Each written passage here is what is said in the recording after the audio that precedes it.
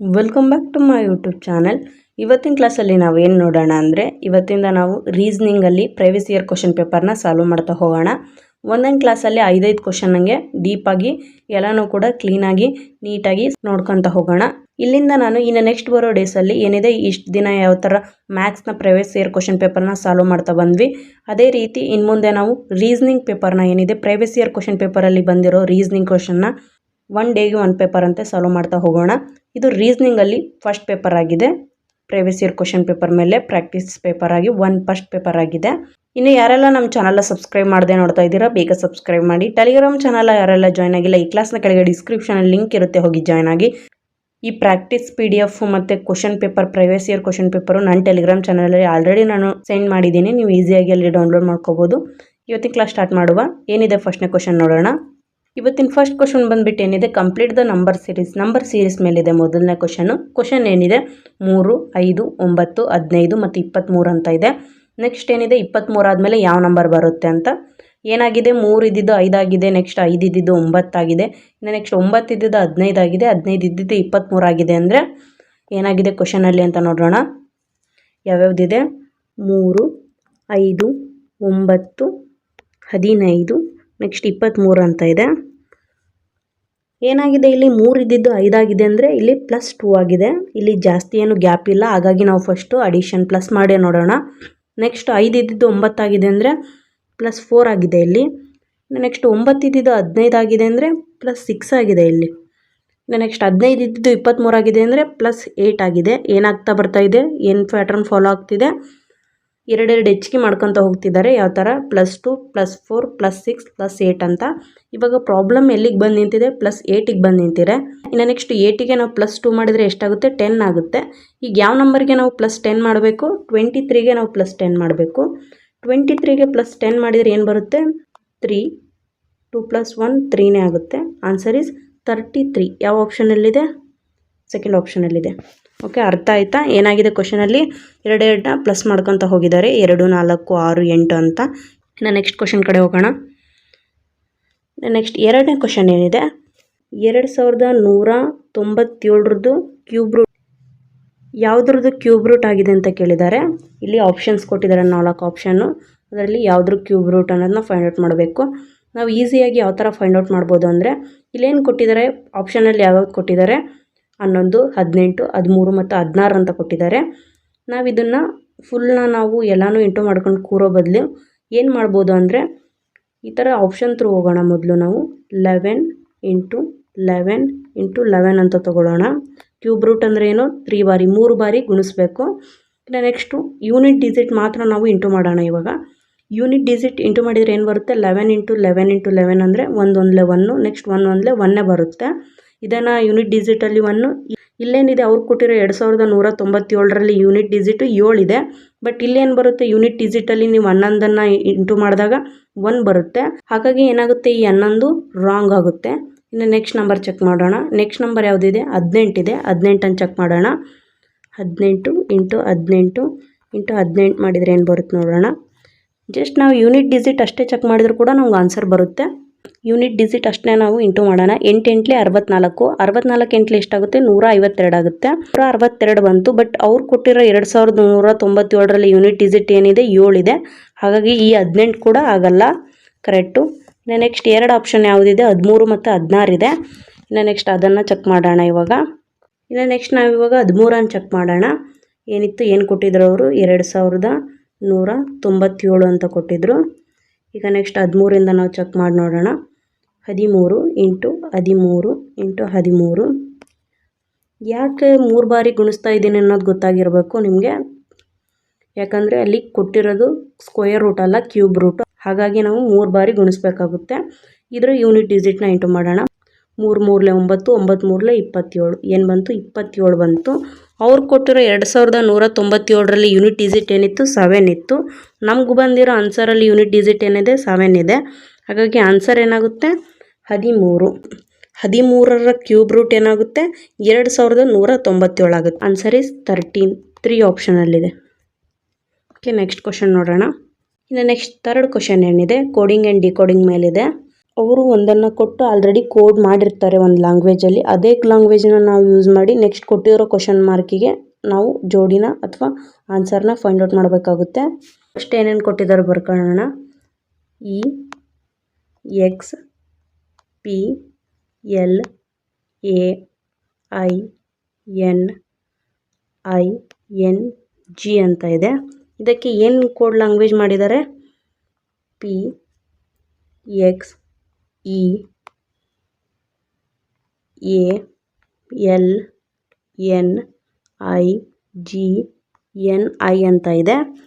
ಇದಕ್ಕೆ ಇದೇ ರೀತಿ ಇದೇ ಕೋಡ್ ಲ್ಯಾಂಗ್ವೇಜಲ್ಲಿ ನಾವು ನಮಗೆ ಕೊಟ್ಟಿರೋದು ಏನಿದೆ, ಇಲ್ಲಿ ಕೊಟ್ಟಿರೋ ಕ್ವಶನ್ ಮಾರ್ಕು, ಇದನ್ನು ನಾವು ರೆಡಿ ಮಾಡಬೇಕು. ಇವಾಗ ಇದರಲ್ಲಿ ಏನು ಲಾಜಿಕ್ ಯೂಸ್ ಆಗಿದೆ ಅನ್ನೋದನ್ನ ನಾವು ಮೊದಲು ಫೈಂಡ್ ಔಟ್ ಮಾಡ್ಕೊಳ್ಳೋಣ. ಏನಾಗಿದೆ ಈ ಪ್ರಾಬ್ಲಮಲ್ಲಿ? ಕ್ರಾಸ್ ಮಲ್ಟಿಫಿಕೇಷನ್ ಮಾಡಿದ್ದಾರೆ. ಯಾವ ಥರ ಅಂದರೆ ನೋಡಿ, ಇಲ್ಲಿ ಕ್ರಾಸ್ ಆಗಿ ಕ್ರಿಯೇಟ್ ಮಾಡಿದ್ದಾರೆ.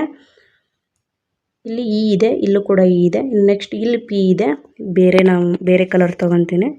ನೆಕ್ಸ್ಟ್ ನೋಡಿ, ಇಲ್ಲಿ ಇ ಇದೆ, ನೆಕ್ಸ್ಟ್ ಇಲ್ಲಿ ಪಿ ಇದೆ, ಇಲ್ಲೂ ಪಿ ಇದೆ. ನೆಕ್ಸ್ಟ್ ಎಕ್ಸ್ಗೆ ಎಕ್ಸ್ನೇ ಇಟ್ಟಿದ್ದಾರೆ. ಇನ್ನು ನೆಕ್ಸ್ಟ್ ಈ ಕಡೆ ಬಂದರೆ ಇಲ್ಲಿ ಎ ಇದೆ, ಇಲ್ಲೂ ಎ ಇದೆ. ಇನ್ನು ನೆಕ್ಸ್ಟ್ ಎಲ್ ಇಲ್ಲಿದೆ, ಇನ್ನು ನೆಕ್ಸ್ಟ್ ಇಲ್ಲಿದೆ. ಇನ್ನು ನೆಕ್ಸ್ಟು ಎನ್ ಇದ್ದ ಜಾಗದಲ್ಲೇ ಇದೆ. ನೆಕ್ಸ್ಟ್ ಏನಿದೆ, ಇದೇ ಕೋಡ್ ಲ್ಯಾಂಗ್ವೇಜ್ ಮೇಲೆ ನಾವು ಇದೇ ಕೊಟ್ಟಿರೋ ಪ್ರಾಬ್ಲಮ್ ಕ್ವಶನ್ ಮಾರ್ಕ್ನ ಆನ್ಸರ್ ಫೈಂಡ್ ಔಟ್ ಮಾಡೋಣ. ಕ್ವಶನ್ ಏನಿದೆ ಅನ್ನೋದನ್ನ ಹಾಕೋಣ ಮೊದಲು.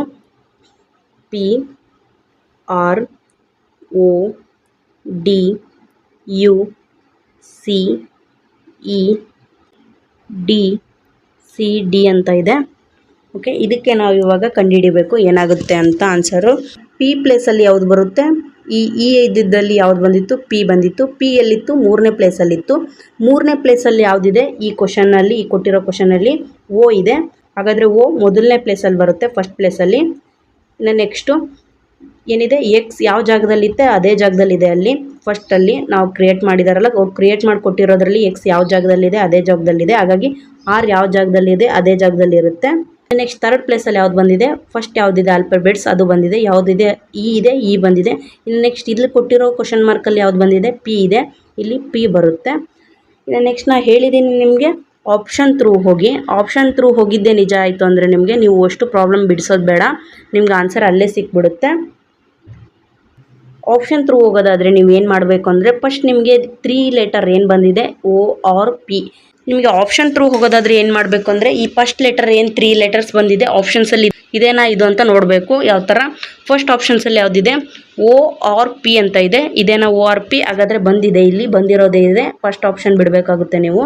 ಇದು ನೆಕ್ಸ್ಟ್ ಆಪ್ಷನ್, ಎರಡನೇ ಆಪ್ಷನಲ್ಲಿ ಏನಿದೆ? ಆರ್ ಒ ಪಿ ಅಂತ ಇದೆ. ಇದು ರಾಂಗ್ ಆಗುತ್ತೆ. ಇಲ್ಲಿ ಫಸ್ಟ್ ಏನು ಆರ್ ಒ ಪಿ ಬರೋದೇ ಇಲ್ಲ.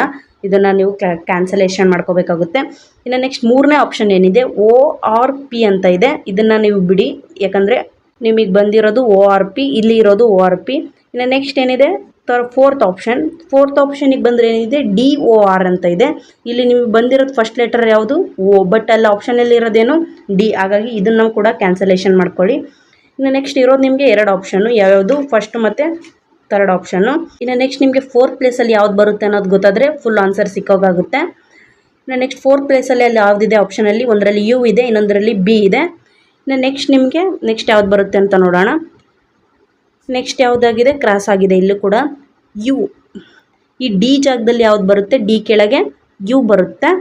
ಇನ್ನು ನೆಕ್ಸ್ಟು ಈ ಯು ಕೆಳಗೆ ಯಾವ್ದು ಬರುತ್ತೆ? ಡಿ ಬರುತ್ತೆ. ಆಪ್ಷನಲ್ಲಿ ಯಾವುದಿದೆ? ಬಿ ಅಂತ ಇದ್ದಿದ್ದು ರಾಂಗ್ ಆಗುತ್ತೆ. ನಿಮಗೆ ಆನ್ಸರ್ ಯಾವುದು ಅಂತ ನೋಡೋದಾದರೆ ಯಾವುದಾಗುತ್ತೆ? ಆಪ್ಷನ್ 1. ಇನ್ನು ನೆಕ್ಸ್ಟ್ ನೀವು ಅಷ್ಟು ಕ್ಲಿಯರ್ ಮಾಡ್ತೀರಾ ಈ ಪ್ರಾಬ್ಲಮ್ ಅಂತ ನೋಡೋದಾದರೆ. ಇನ್ನು ನೆಕ್ಸ್ಟ್ ಈ ಸಿ ಜಾಗದಲ್ಲಿ ಯಾವ್ದು ಬರುತ್ತೆ? ಇವಾಗ ಇ ಬರುತ್ತೆ. ಇನ್ನು ನೆಕ್ಸ್ಟು ಈ ಕೆಳಗೆ ಏನು ಬರುತ್ತೆ? ಸಿ ಬರುತ್ತೆ. ಇನ್ನು ನೆಕ್ಸ್ಟ್ ಲಾಸ್ಟ್ ಏನಿದೆ? ಇ ಡಿ ಈ ಕಡೆ ಹೋಗುತ್ತೆ, ಇನ್ನು ಇ ಡಿ ಈ ಕಡೆ ಬರುತ್ತೆ. ಸಿ ಎಲ್ಲಿದೆನಾ ಅಲ್ಲೇ ಇರುತ್ತೆ. ಓಕೆ, ಇದು ಕರೆಕ್ಟ್ ಇದೆನಾ ನೋಡ್ಕೊಳ್ಳಿ. Okay, O R P U D E C D C D. ಇನ್ನು ನೆಕ್ಸ್ಟ್ ಕ್ವಶನ್ ನೋಡೋಣ ನಾವು. ಇನ್ನು ನೆಕ್ಸ್ಟ್ ಕ್ವಶನ್ ಏನಿದೆ? 4th ಕ್ವಶನ್ನು ಡ್ರೈವರ್ ಮತ್ತು ಬಸ್ ಅಂತ ಇದೆ. ಇನ್ನು ನೆಕ್ಸ್ಟು ಫ್ಲೈಟ್ಗೆ ಏನಾಗುತ್ತೆ ಅಂತ ಕೇಳಿದ್ದಾರೆ. ಏನಿದೆ ಕ್ವಶನ್ನು?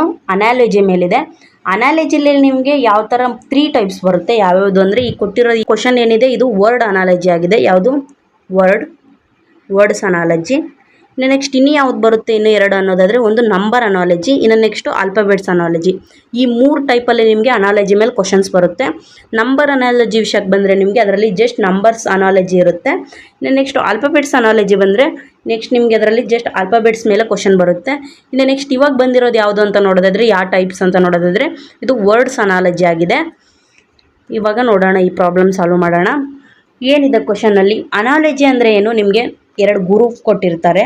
ಅದರಲ್ಲಿ ಒಂದು ಗುಂಪನ್ನು 2 ಗುಂಪು ಕೊಟ್ಟಿರ್ತಾರೆ, ಅದರಲ್ಲಿ ಒಂದು ಗುಂಪನ್ನು ಅವರೇ ಕ್ರಿಯೇಟ್ ಮಾಡಿಕೊಟ್ಟಿರ್ತಾರೆ. ಇನ್ನು ನೆಕ್ಸ್ಟ್ ಇನ್ನೊಂದು ಗುಂಪನ್ನು ಒಂದು ಕೊಟ್ಟಿರ್ತಾರೆ, ಇನ್ನೊಂದನ್ನು ನಿಮಗೆ ಕಂಡುಹಿಡಿಯಕ್ಕೆ ಹೇಳ್ತಾರೆ. ಇನ್ನು ನೆಕ್ಸ್ಟ್ ಒಂದನೇ ಗ್ರೂಪು ಏನು ಟ್ರಿಕ್ಸ್ ಯೂಸ್ ಆಗಿ ಕ್ರಿಯೇಟ್ ಆಗಿದೆ, ಯಾವ ಪ್ಯಾಟ್ರನ್ ಮೇಲೆ ಕ್ರಿಯೇಟ್ ಆಗಿದೆ ಅನ್ನೋದನ್ನ ನೀವು ಫೈಂಡ್ ಔಟ್ ಮಾಡ್ಕೊಂಡು ಅದೇ ಪ್ಯಾಟ್ರನ್ನಲ್ಲಿ ನೀವು 2ನೇ ಗ್ರೂಪ್ನ ಕ್ರಿಯೇಟ್ ಮಾಡಬೇಕಾಗುತ್ತೆ.